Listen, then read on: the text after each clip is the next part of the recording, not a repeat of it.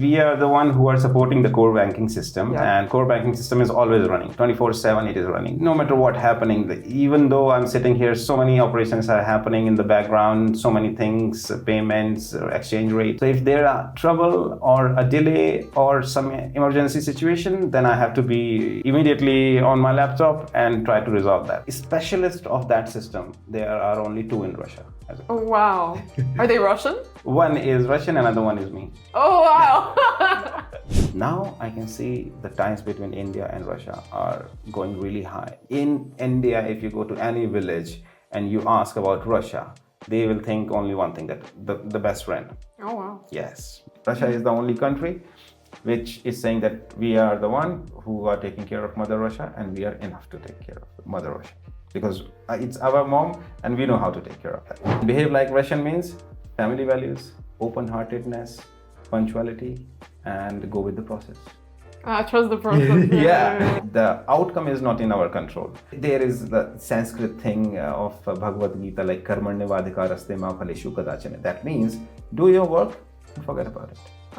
And do it with full honesty, full ethics, and leave it on God. He will give you exactly what He needs to give you. That's it. I don't feel like I'm out of my home. Like we Indians, we are like a homesick. We love our home so much. But once I arrived here, I did not feel like that at all. Yes. Amazing. I mean, it must be crazy to find a home in a different country. Yeah, possible. Maybe I have some part of DNA written in Slavic language. Hello guys, welcome to another video of Breaking Consulting, and today we're here with Abhi Singh, the Vice President of the Indo-Russian Friendship Society, who is here to share his amazing life story, his experience in Russia, his background, and how he finds it here. Hello Abhi, it's my pleasure. Thank you so much for making it on a Friday during the day, which is absolutely wild. For me, it's all okay. It's always love to meet the new people, new experience, new culture. We do as well. Yeah. Thank you so much. You have an amazing life story. You do so many things. I always say people have an amazing life story, but you have just so many things. We were just talking, and Abhi is a photographer, a farmer, an IT specialist. You're a father as well. And you just kind of encompass so many things from your very, very traumatic experience. But to start from the very beginning, you lived in how many countries? Overall, I can say traveled more than 17, 18, but I lived in around 8 countries. Okay, that's a lot. And how on earth did you end up in Russia, and why this is the country you decided to stick with? From what I understand, you have, right? Russia was not in my list actually to drop in, like say honestly. I was actually traveling all across Western Europe because as per my job, I was supposed to, my first country was Greece, which I really loved. Actually, and finally when I got to know from my boss that I had to travel to Russia, I was reluctant. That boss, can I go to some different country because you know the visa problem are there. Like if I'm there in Prague, I can go to multiple various countries. Same thing, like I was thinking, okay, if I'm Russia, I'll be stuck there for so long. I cannot travel a lot. So I was reluctant to my boss. But he said, okay, don't worry, it's just a migration thing. You just go for 6 months and the project will be over. Then you'll come back and then we'll send you somewhere else. I said, okay, fine, it's all okay. And this is how I ended up in Russia. For how many years now? I can say overall 11 years. Oh, here. wow, that's a lot. For an expat traveler, that's very solid. Yes, I would say. Another reason was my wife, whom I met not here in Russia. I met her in multiple different places. And when I came to Russia, I met her again here. Then my job got extended. Then we got married. Then job got extended again. Then we got son. So it got extended even for more than a decade now. So basically, this is how you ended up in Russia. But what is the job? What is the job that brought you here? I was an IT specialist. I'm still an IT guy, but I'm not a programmer right now. I'm more of like a core banking senior specialist who's handling the core banking of one of the Italian banks here, which is like, I think, second largest bank in Italy, UniCredit. So I was actually always a UniCredit guy. When I was in Ukraine, I was working for UniCredit. In other countries, Bulgaria also UniCredit. So I'm an IT guy. I love to travel. And the first time I came here to this job as a migration from the old system to the new system, and which we implemented. And then I went to another job in a Society General, that was a Ross Bank. Then I came back to UniCredit again. So now I'm working in a UniCredit. You've explained to me what the core system is, but for our viewers who haven't heard this, what is the core system of banking? How does it differ from everything else? The core banking system is something like which holds all the main data of entire bank. That includes the customer, the financial things, the profit and loss, the accounting part, deposits, loans, every single thing. So whatever we are seeing mostly as a user interface, like in mobile apps and all, that is not a core system. That is just a layer on top of core system, which facilitates user to transfer money. It's a payment hub to create a deposit. That is another, you can say, integration system or something like this. So core system is never visible to us, like to normal users, to normal people. Only the banking guys who are employee of bank or who are internally executing the operations of the bank, they are the one who are the user of core system. So it is something like which is not so much popular within the people around, but it is one of the very vast field of IT, I can say. And right now you have your phone and your computer open because you have to be on call because something might happen. Can you tell us about the crazy schedule of yours? Yeah, because we are the one who are supporting the core banking system, and core banking system is always running 24/7. It is running day and night. It is running since the time 2006. It is turned on till now. It never off. Wow. So the thing is, like, no matter what happening, even though I'm sitting here, so many operations are happening in the background, so many things, payments, exchange rates, so many things are happening. So if there are trouble or a delay or some emergency situation, then I have to be immediately on my laptop and try to resolve that.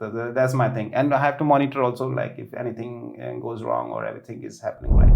Dear viewer, if you're thinking about moving to Russia, this announcement is for you. Our company specializes in helping foreign citizens to relocate to Russia. We handle the relocation process from start to finish, turnkey, so to speak. We have over 200 cases under our belt. We help with relocations not only to Moscow and St. Petersburg, but also to any other region of Russia.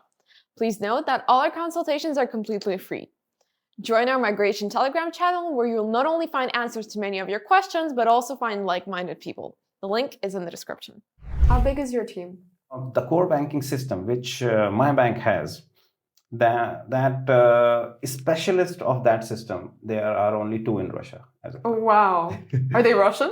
One is Russian, another one is me. Oh, wow. Well, it's really an honor. Wow, amazing. There are a couple of other guys also, but since 2006, this system is here in Russia.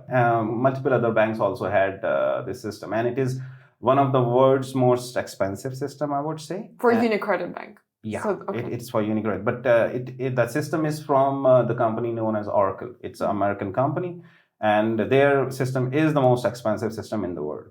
So only UniCredit could afford that. So as of now, only UniCredit has this one. And there are a couple of other guys also, but there are no banks operating with the same system, which we call as FlexCube. So that's the reason only 2 guys in Russia. Another third member of our team is operating from outside Russia, but in Russia we are 2 only as of now. Okay. And as a tech guy, I mean, Russia is also a tech country to some degree, just like India. Yep. How would you rate the industry? How would you rate scientific developments? How would you rate the IT industry? Any take on that? Yeah, I actually met a lot of people from Skolkovo and... Skolkovo is like, how do you explain it? It's a like big R&D center of technology things, and like all the geek guys are there always. So see, if you ask me, Russia is something which is producing, if you ask me commercially about IT things and all, which is producing very high-end system and very high-end, you can say architect, not developers, architect. So see, I came across so many guys here in Russia, across my job in various other banks. So whosoever I met either the most highest level of understanding of IT things, like they are the top-notch guys, architect and all. If I'll give them any problem, they will just sit on the table, piece of paper, and tuck, and they will design an entire system in one day, which is a task of a month or so or something like that. So they are super duper cool guys. And There are some guys who are middle level or the low level developers. Mhm. The best, you can say, the thing which Russia has is they have amazing IT professional here in Russia. Only thing is there are very few of them. Reason is Russia needs a lot of IT guys Mhm.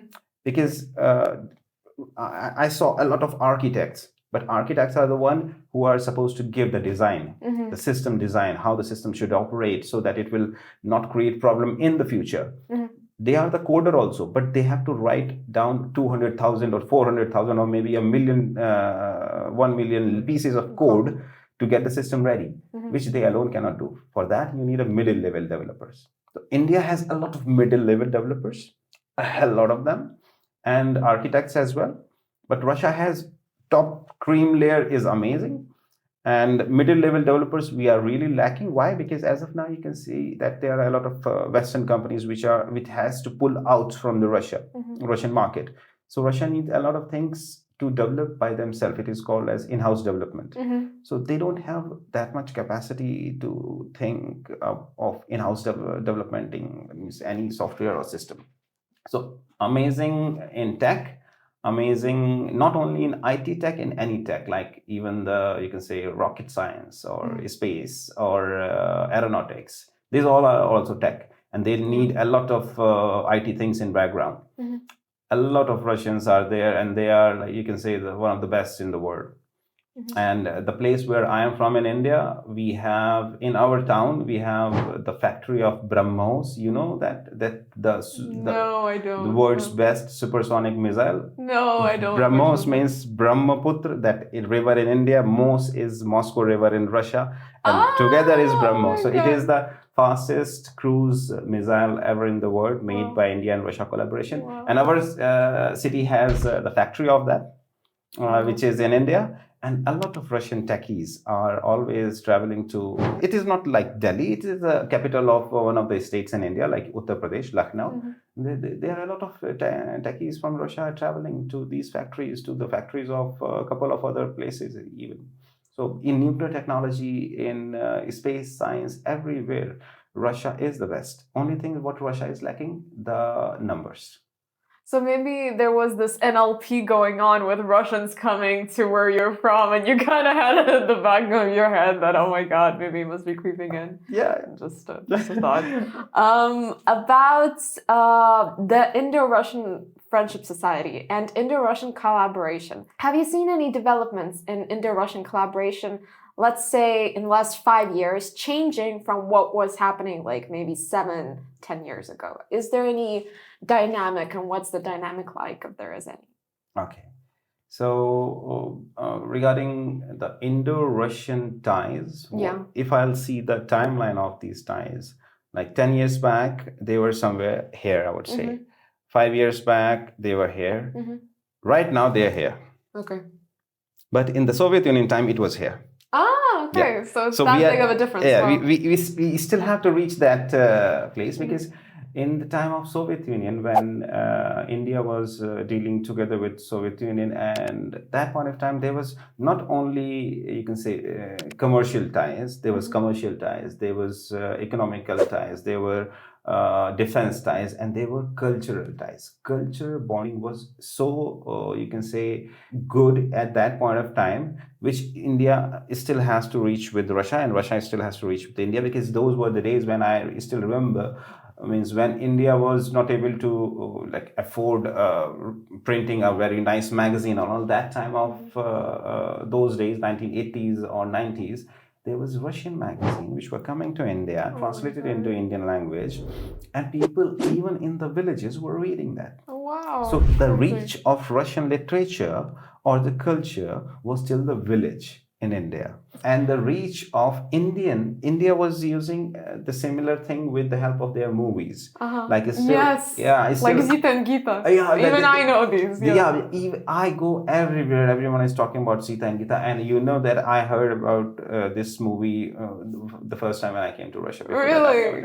Oh my God. Well, it's a staple here. I had my grandmother telling me, Zita and Gita. Yeah, all the grandmas. If I go to any village here in Russia, people are like sometimes they are singing the songs of Raj Kapoor, Mera Juta Hai Japani, Firi 420, Sita and Geeta. I said, boss, even I don't know these names. Yeah, Raj Kapoor, we all know, but Sita Geeta was so much famous. I never heard of this movie in India. But this is how. So the cultural ties was really, that bond was really strong at that point of time, 1980s and 90s. During 98 till 2010, 11, 12, I think it was a little bit of downside. And that was the time when Russia was booming in economy. Mm-hmm. So when you boom in economy, you have to think more of, you can say, capitalism side. And capitalism means the West.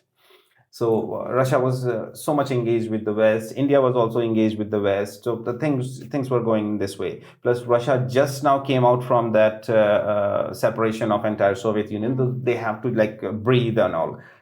Now I can see the ties between India and Russia are going really high. They are really top notch. In India, if you go to any village and you ask about Russia, they will think only one thing, that the best friend. Oh wow. Yes, you go to any. I'm telling you, to village. If you go to village and you tell about okay, do you know Joe Biden? I'm sorry. Do you know Trump now? Kissinger now? Some other name of some British Prime Minister? No, Vladimir Putin. Yes. Wow. They all know what Vladimir Putin, and they really respect. I'll tell you. Oh wow.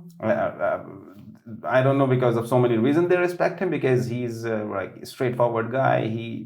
Whatever he do, as per Indians, whatever he do is for his own country, and he don't listen to any other else. Respect for him, even till the villages in India, especially in North India. I have seen this even in my villages. Okay, people know Vladimir Putin very well. Wow. Друзья, хотели бы вы выучить русский язык? Если да, то приглашаем вас на наши бесплатные уроки по изучению русского языка. Oh, sorry. Friends, would you like to learn Russian? If so, we invite you to our Russian language lessons. They are completely free and are held in small groups. For your convenience, our teachers offer lessons in several languages. The link to our educational Telegram channel is in the description. In regards to the cultural ties you were talking about, so what is the bonding point between the two cultural mentalities, the Russian one and the Indian one? What's the bonding? What's the place where they kind of intersect? Like a Venn diagram. I travel to a lot of countries. Most of the time, I love to experience the culture in those countries. And your question is, what is the bonding between India and Russia? Yeah, what's the bonding point? What are they connecting over? So people to people, if you ask me, the main thing is the family values and the open-heartedness. See, family values in the sense, in the Western society, I have seen, like just now you talk about your grandma, and definitely you must be visiting her quite often, even if not so often, but you love to talk about her. And whenever you go to your grandma, she always loves to feed you like hell. So these are the same things happening in India also. Like even if I see my wife, she always give the highest value to the family. Then to job, then to money, then to other things. The first priority is the family. Similar thing is India. So these are the things which are there in our human subconscious. It is not something like we are always telling us we give the family value. No, it is subconscious things. And this subconscious thing in India is very high. Same thing here in Russia is very high. I have a lot of guys I know who are still bonded with their families, with their babushkas, dedushkas, chochas, and all these relations. Even I have one guy in my office, he was 65-year-old. His mother was 93 or 94. Every Friday he used to go to his mother, and on Friday they always have a quarrel. Like, Mom, no, don't prepare blinchik this time. Last time also you prepared. This is a talk of a 65-year-old person. Wow. With his mother of 95 or 92 years old, and they are still having a nice family bond. So number one is family bonding. And number two is open-heartedness. Yeah, like I would say that on all majority of Russian guys I have met across my travel to Russia, I found out that if they are like honest to you, they are totally open-hearted. And see, exceptions are everywhere in India as well as in Russia. But most of the people here, if they welcome you with the open heart. Same thing in India. If they welcome you, they will open their house gates, all the gates of their houses for you. So these are the things like which are not something which we always express explicitly, but they are always there and they are in the subconscious. So this subconscious, or I can say the collective consciousness, is building this bond between India and Russia as a cultural ties, you can say. And culture, like if you see Maslenitsa in Russia, Yeah. the similar kind of festival is there in India. Exactly Really? on that those times, Really? it is Holi. Here you also burn fire and celebrate something. In Holi also we have a Holika Wow, which we that's burn. wild. Yeah, after that Holika we play with the colors also. So that is known as the festival of colors in India. But Maslenitsa and Holi are like you can say quite similar festival together, and they are also happening in the almost similar time. And with the organization Disha, like Russian Indo-Friendship Society, we always celebrate Maslenitsa Holi festival in the House of Nationalities here in Moscow. It's currently December 26th. What are the upcoming projects of the Disha Society? Any relevant news that anybody can join in Moscow or in Russia or anything like that? Okay, fine. So as part of Disha, like we are going to have a couple of events this year which are already planned. I think the first one is the just now I told the Maslenitsa and Holi. So what because is that? see, Holi is a festival of colors. Yeah, you play with the colors. Like play with the colors means I will have those dry colors and wet colors and just throw on each other. Just it's so colorful. And Maslenitsa is where we prepare blinchik and all these things. So in the together with the House of Nationalities and Indian Embassy, we celebrate these festivals together. That is number one. That will be somewhere around in February or end of February or something. After that, in the month of April, we will have we always every year, like in 2024, 23, now 25 also we had, and 26 also we have that window to India. There will be a small event for like 4-5 hours or entire day event, where there will be a couple of things. It's a free event. Anyone can come in those events. It's happening on somewhere on the second or third week of April. The venue will be that House of Nationalities that is next to Krasnaya Vorota. So there is a nice building, a small little palace of House of Nationalities. We decorate that entire place from inside. And there will be cultural program like dances, singings. There will be Indian wedding. It will be shown, described to people. There will be Indian clothing which people can wear and take the photographs. There will be Indian food. There will be master classes. There will be yoga. There will be so many things with India. So it will be like a window to India festival kind of stuff. Then after April, somewhere in June, July, this year we are planning to have a mango promotional and a mango festival kind of event. Like in 2022, we had a mango festival. Not exactly mango festival. That was the mango promotional event. Like here in Russian market, this is the most of economical event based with the business ideas behind. Like the biggest producer of mango across the world is India, whereas the biggest exporter of mango is Mexico. Here in Russia, the mangoes are coming mostly from Egypt or Peru or from some other countries, but Indian mangoes are almost zero. Like across the year, if you see that only 1,000 kilograms of mangoes are coming, or that's I don't know. Somebody is trying to pitch the Russian market, but it's not happening as of now. And Indian mangoes, there are a hell lot of varieties. So sweet, so different varieties. Every single thing is totally different. So in 2022, we made a mango promotional event, like to let the people taste how Indian mango really is. It's sweet, it's tangy, sometimes it's juicy and all. So we had a couple of small events, like there was an event in Nahabina Golf Club that is known as Silni Figuri, the strong figures. We are the member of that Nahabina Golf Club. So we went there and we just distributed mangoes and people loved it so much. They, instead of taking food, these athletes, they were eating entire plate of mango cubes. I said, my God, even I cannot eat that. Why? Because it's good, it's tasty, but you don't have to eat that much. It's exotic, so obviously you see it, you're like, oh my God. So this mango festival, 2022 was mango promotional. 2023 was a big mango festival arranged by Disha, and my company in India also was participated in that. So that event was in Expo Center next to Moscow City. So that event was with like at least 6 to 7,000 people Wow, came huge. there, and we really showed up Indian mangoes with the different variety, and with a couple of ministers from India we invited, and they came also. So 2024 we had a small event here in Moscow again, and 25 we did not have. 26 again we will have a mango promotional. This time not only mango and banana. Oh wow, Yes. okay. That's Because banana, Russia is the biggest importer of banana really in Europe, wow. in entire European continent, and the biggest exporter of banana to Russia is Ecuador. Uh-huh. Whereas again, the biggest producer of banana across the Is world is India. India. Oh. So we are saying, boss, we produce so much, but we cannot export. Why? So we already are doing this exercise of identifying the gaps to promote Indian banana in Russian markets. A couple of projects we analyzed also. We found out what are the gaps, what are the packaging practices, and every single thing. And I think this summer and all, we will show in the market like what exactly it is.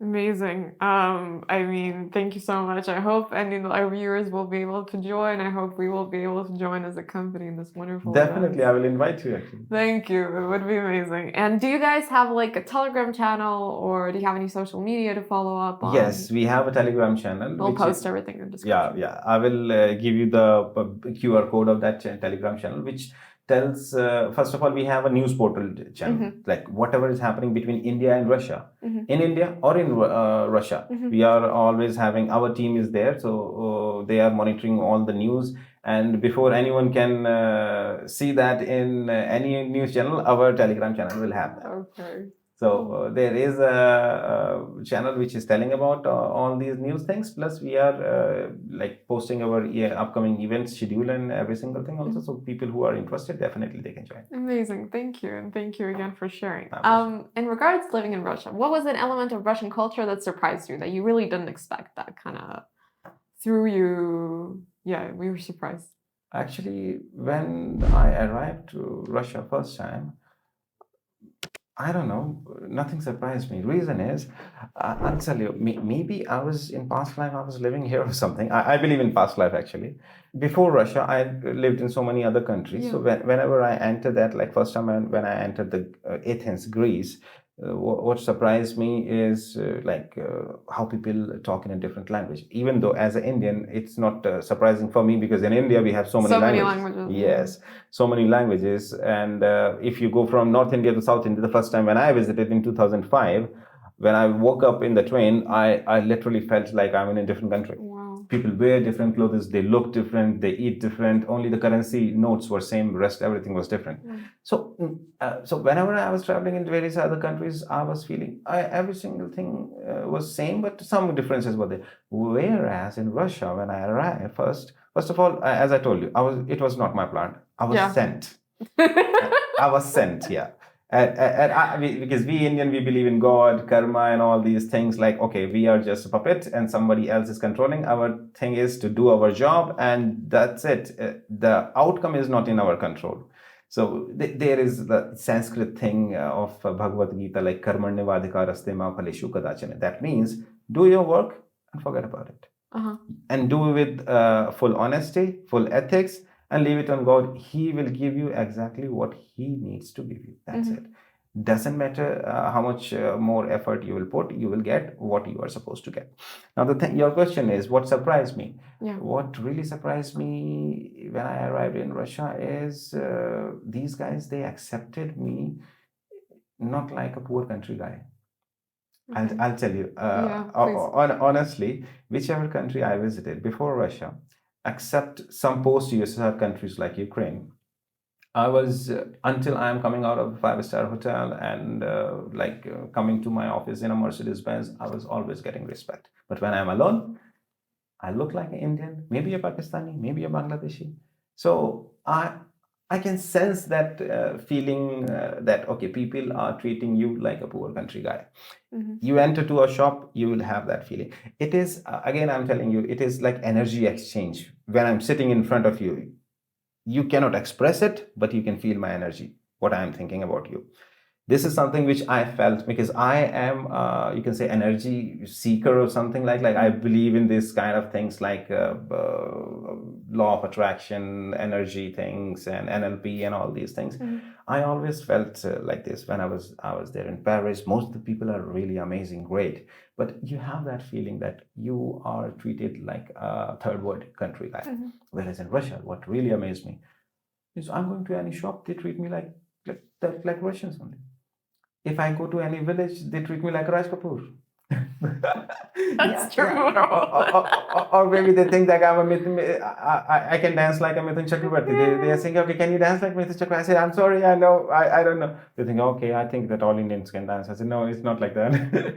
So these guys, they got so much into this thing, like which are like, you don't feel like you are talking to some stranger or some different country or something. Yeah, they look different, but that energy connection doesn't let you feel down or so that was something which I'll tell you. It was not because my wife was from Russia. This is what I really felt, and the similar kind of things which I felt in some parts in Ukraine also when I was traveling, and that was in 2010, 11, and 9. So that was long back. So that time the things were different. The reaction of people also were different. And I was traveling to all these places like Donetsk and in Yalta and all. There also I felt like that people, they don't treat me like a poor country guy. So the best thing which once I arrived, yeah, these taxi drivers, they are definitely naughty. They are always same across the world. Even if you go to New York, London, Paris, Rome, even in India, they are always It's a the same. type, it's a breed, yeah. It's a breed. The taxi drivers of airports, they have a religion, they have to follow that. So other than that, like I felt like how I can say that I don't feel like I'm out of my home. Like we Indians, we are like a homesick. We love our home so much. But once I arrived here, I did not feel like that at all. Yes. Amazing. I mean, it must be crazy to find a home in a different country. Yeah, possible. Maybe I have some part of DNA written in Slavic language. Who knows? The Geno in Slavic language and Cyrillic. Yeah, So that's funny, yeah. possible, which even I cannot read at that point of time.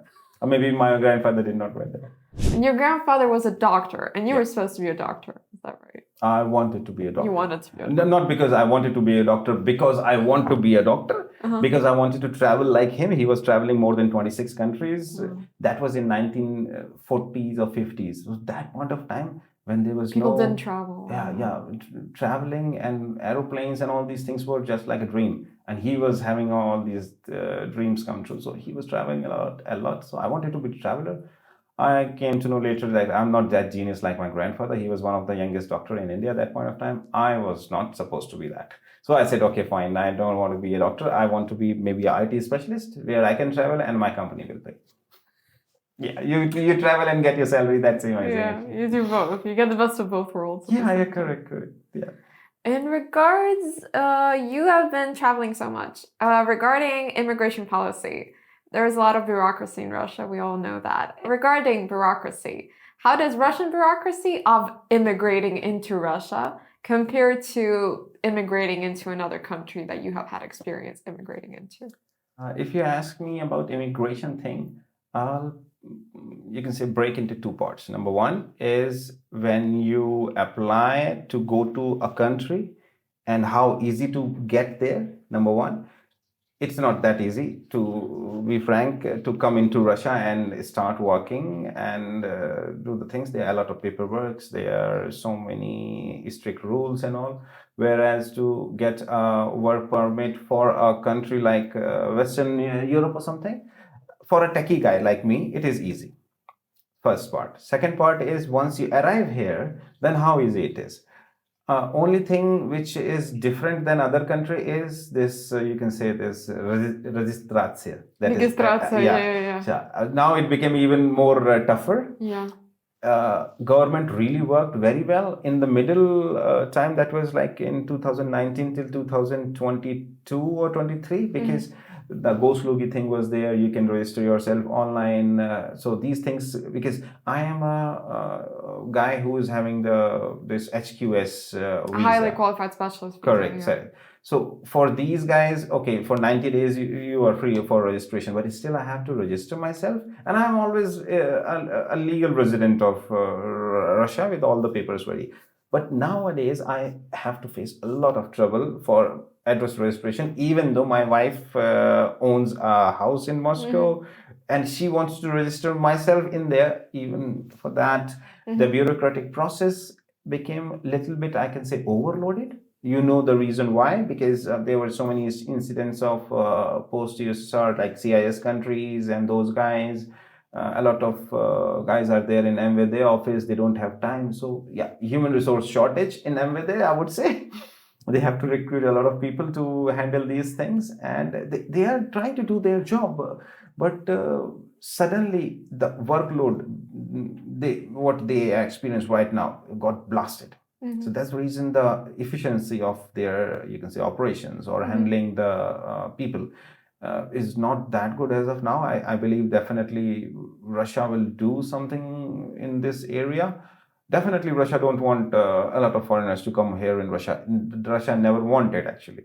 Russia is the only country which is saying that we are the one who are taking care of Mother Russia, and we are enough to take care of Mother Russia, because it's our mom and we know how to take care of that. This kind of attitude towards with India, they don't have. With India, they're saying, oh, okay, these guys are brat only, okay, brat. Oh, wow. Yeah. Only things I'm really afraid that a lot of Indians as of now, because earlier Indians were coming here for studies, very less Indians were here for a job or something because of language things and all. Because if you know, if you know the English language, it's very easy to get a job in UK or in US, rather here in Russia. Plus, the population of Russia is not that big like in USA and all. So it is, there are so many industries where you can definitely go into there, and because of their petrodollar scheme of 1971, definitely their currency is very high. So Indians would love to go there. Right now, a lot of Indians are coming here who are like workers, blue collar guys. Yeah. So for them, they are sometimes getting into trouble because of fake things which were told to them that aren't true. Yeah, from a Indian agent, or sometimes a Russian agent also. They are saying, okay, you go to with the e-visa and we will convert it in work permit, and they believe in, they pay a lot of money to these agents, and they are coming here and then getting into trouble. A lot of cases were addressed by Indian embassy. Like, we met an Indian ambassador in our last meeting of Indian Business Council, and they were telling that there were so many cases where Indians got tricked and by agents and all, and they are into trouble. My objective, actually, with my you can say organization, this is NGO, non-profit organization, is to, first of all, number one is to help these guys, so that these guys should not have such kind of situation in Russia, and then go back to India and create a negative narrative for Russia. Second is, when they come here, they have to preserve the name of India as well. So it's not like you come here as an Indian and you can do whatever you want. I want to teach them that you have to behave yourself. Second thing is, you have to get to, inside the Russian culture, accept their culture, and you can expose your culture to them as well. And there are so many things which they have to take care of. There are ways how to be speaking. Okay, in India, like when I called you and I told that I'll be 7 minutes late, Indians, they don't care for 7 minutes. But Russians do. Yeah. So these are the small things which I have. And you ended up not being late, actually. You ended up being on time. Yeah, actually. So these are the things which, as per me, the job and opportunities here in Russia, I would say that there are a couple of sectors, so many sectors, because now Russia is going towards in-house thing. It was a pity for me to know that Russian fleet of Aeroflot is still using Airbus and Boeing. Oh, really? Yeah, they are still using, whereas they had Tupelo 154, Illusion 96. They had Yak, they had Antonov. Yeah, that's true. All these companies were there. But due to some, you can say, what question was yours? Bureaucracy. Yeah. Bureaucracy ended these companies. Mhm. And here in immigration also, if the bureaucratic system is working nicely, they will really create some nice moves, which will be better for Indians and for other And for countries. Russians. And for Russians also, yeah. A lot of Mhm. Russians are also having, you can say, not a good time right now because of that. About learning Russian, any funny stories related to learning Russian on your part? Yeah. Funny story was really so much funny actually. It was firstly funny. Then I was melting into the shame that why I did that. And it was not disgusting, but okay, I'll tell you what happened to me when in the initial days when I was learning, means whichever country I was dropping, I was always starting learning number one, alphabets, number two, numbers till 100, because that is something which I need to communicate. So when in Russia, when I came into, I was always learning how to say "Здравствуйте," how to say "Привет," what is the difference between "Здравствуйте" and "Привет," how to say "Нет," yes, no, "Доброе утро," "Доброй ночи," and all these things. Your pronunciation is really good. Really? Yeah. Okay, my wife says opposite. Okay, wives are always like this. They always want to dictate their husbands. Like, okay, it's not good. My husband is. But if they sit alone, they will always say, "Yeah, my husband is amazing." So okay, fine. So what happened to me? I was like so much enthusiastic. Like I need to try it out. So I was going to some shops and all, and I was trying like okay, Skolka etayet and all these things. So I got to know that whenever I have to ask somebody, I have to use the word Skolka etay, Skolka this and that. So once I was coming to one building to meet one of my friend. He was an Indian also, living somewhere near Kutuski Prospect and all. So those lifts are there. So I got to know also, as per the Russian culture, if you are there in a lift and after you somebody is coming and he's elderly, you just ask them that which floor you want to go and press the button. So this was the scene which was created inside my mind. Okay, the babushkas are coming, so I have to help them. As soon as they entered, and I got to know that you don't have to call them babushka in front of them. You always have to say devashka. Yeah, Женщина, at the very least. Yeah, женщина. I use devashka. Okay, so as soon as they entered, and they were really very, very nicely dressed, nice. They was like age of 60s to 70s, and I smiled. I said, "Здравствуйте." They also said, "Здравствуйте." Then I said, "Devashka, iskolka." And I pressed the button, and they started smiling because I asked them, "Devashka, iskolka."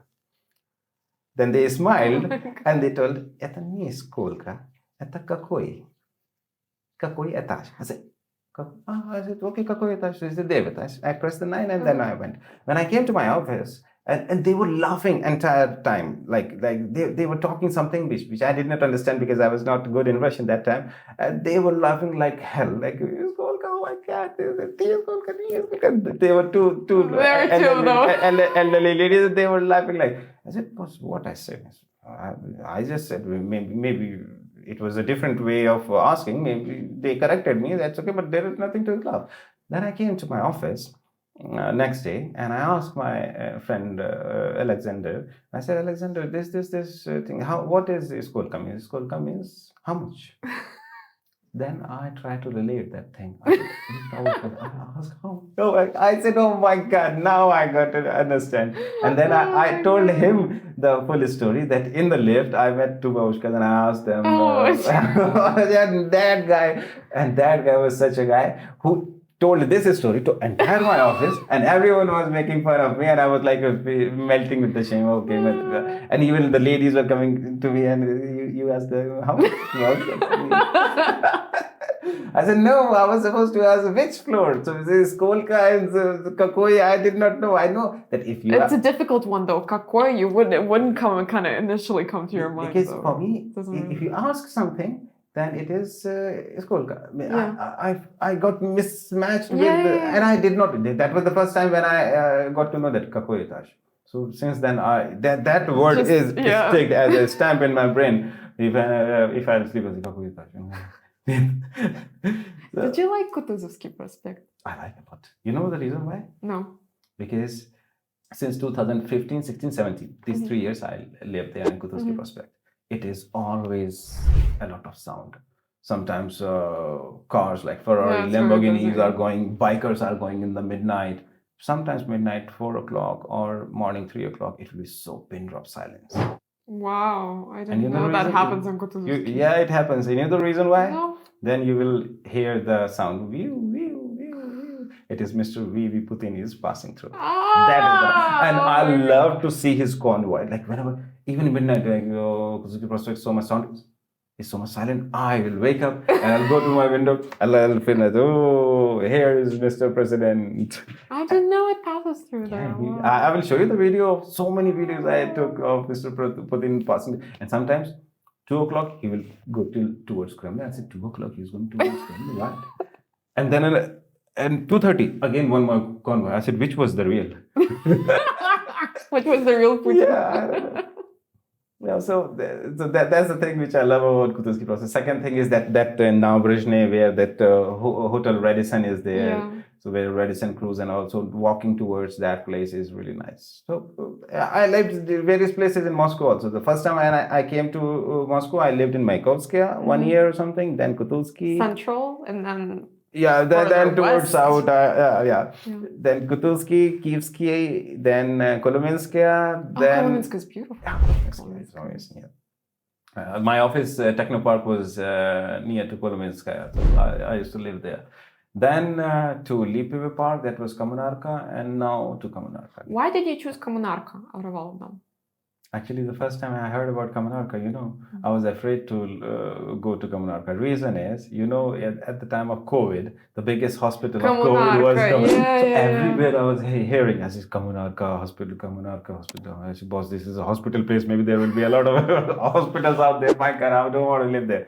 But when I went there, I got to know that this area was planned by Mr. Sobyanin, the mayor of Moscow. And he planned it so well. That is Skandinavsky Boulevard and all these places, small little lakes. There are some streams. There is a forest, really green environment. And all. I really fell in love with that area, even though it is so far from city center Moscow. But my apartment is just almost like in front of the last metro station of Red Line, that is Potapova Metro. And the infrastructure they built there is awesome. Actually, you will feel like you are on the right in the nature you're living. Like I will go from my house like 5 minutes walk. It's like deep forest. So that's the reason. The AQI, air quality index of Kommunarka, it's how much? No. It's 4. Out of 1,000 maybe. Because in 2013 Beijing was 900. Oh God. 900 means you will almost die. In Delhi, it is almost like 400. Wow. AQI less than 100 is really nice, and Kommunarka is 4. 4 is the cleanest air. Yeah. Because it is totally covered. This side is, I think, there is a forest which is there near Yasedeva. So that forest ends up in Kommunarka, and here is another forest. Down is Troysk, so there is also forest. So it is 3 sides is forest. The top is Moscow city. So that's the reason. From everywhere, the nice breeze is coming. I love it, actually. I'm glad. I mean, it's not an area you immediately think of. It's so-called the new Moscow. There are a lot of stereotypes about it, but it's nice to hear it's lovely. Yeah, it is developing even really fast, I would say. And the metro station, the Potapova metro station, if you see that metro station, you will feel like, okay, it's the Damodaradova airport. They made it like an airport, actually. And it is one of the most beautiful metro station in Moscow. The newly built, out of the newly built. We're running out of time. One piece of advice that you would give to an expat who's considering Moscow for their next destination, or Russia for their next destination. Then I will ask you another question. That this expat is coming from which side of geographies? From the west or from the east? Because... Give one advice for a person from India and one advice from someone from Europe. Okay, one advice I will give as all, like whether it is Western or from India. Yeah. And that is like, if you're coming to Russia, you try to be and behave like Russian. Then you will love being here. And behave like Russian means family values, open-heartedness, punctuality, and go with the process. Trust the process. Yeah, if it is written in the papers, you have to follow this. It is not like, okay, you will deviate with the point number 5, point number 6. No, in India it works. Here it doesn't. So like this. And as an Indian, if somebody is trying to come here to Russia, I would say try to treat Russia as your big brother. He always was. In 1971 time when the Bangladesh was created out of Pakistan, we saw that how Russia behaved with India, 100% like a big brother. All the Indian politician, external affairs minister, whosoever I met, they always say that Russia is the tried and tested partner or a big brother of India. It was always there. And do you know why when the partition of India happened, 1947, why the division of the two country out of India happened only on the top of the nation, so that Soviet Union cannot have a direct link with India. Yes, that was the reason. It was done by Britishers.